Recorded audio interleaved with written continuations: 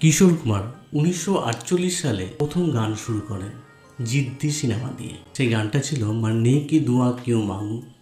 এই গানটাই ছিল তার প্রথম গান করা। তার পরবর্তীকালে গায়ক এবং নায়ক হিসাবে কাজ করেছেন। বেশিরভাগ সিনেমাতে তিনি কমেডিয়ান হিসাবে কাজ করেছেন। গায়ক হিসাবে তিনি তেমন গুরুত্ব পেতেন না কারো কাছে। বিশেষ করে সলিল চৌধুরী তো মনেই করতেন না যে কিশোর কুমার একজন গায়ক। তারপর তিনি প্রথাগতভাবে কোথাও গান শেখেননি, তাই তার গায়ক হিসাবে পরিচিতিটা কিন্তু কিছুতেই হচ্ছিল না। শেষ পর্যন্ত কিশোর কুমার ঠিক করেন তিনি আর নায়ক হবেন না, গায়ক হিসাবেই তিনি পরিচিতি লাভ করবেন। কিন্তু এই করতে করতে 70-এর দশকে এসে তিনি গায়ক হিসাবে পরিচিতি লাভ করেন। তবে তার পিছনে একজনের হাত ছিল, তিনি হলেন শচীন দেব বর্মন। শচীন দেব বর্মন বলতেন, তুমি কারো নকল না করে নিজের গলায়, মানে নিজস্ব গলায় তুমি গান করো। নিজস্ব গলায় গান করার পর থেকেই কিশোর কুমার কিন্তু পরিচিতি লাভ করেন। আরাধনা সিনেমাতে প্রথম তিনি ফিল্মফেয়ার অ্যাওয়ার্ড পান, আর এরপর থেকে কিশোর কুমারকে আর পিছনে ফিরে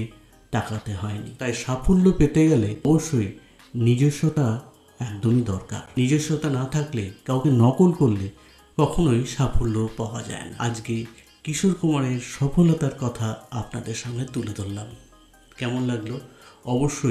অবশ্যই ভাবতে হবে কিশোর কুমার কিন্তু বহু বছর স্ট্রাগল করেছেন, তারপর কিশোর কুমার হয়েছেন।